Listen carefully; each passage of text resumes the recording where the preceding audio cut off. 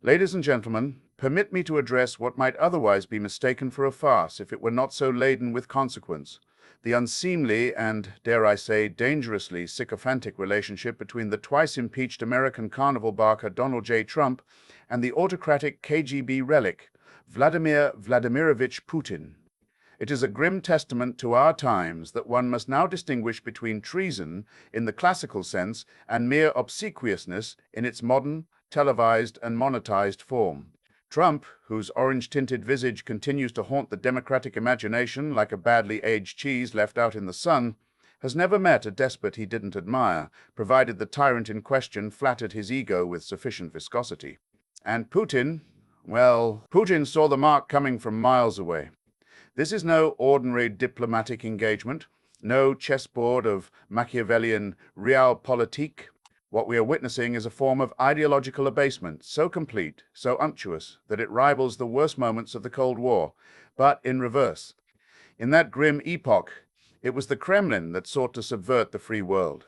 Today, one finds in the Trumpian cult not an opponent of Russian despotism, but its echo chamber, a host organism willingly injected with the serum of authoritarian nostalgia. Mr. Trump has defended Putin's actions with a fanboy's fervor and a strongman's envy.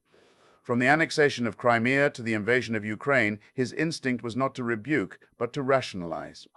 His admiration for the shirtless horseman of the apocalypse knows no irony, no shame, and, most damningly, no memory. What Churchill once said of appeasers, that they feed the crocodile in the hope it will eat them last, applies here only in part. Trump does not hope to be eaten last, he hopes to be invited to dinner.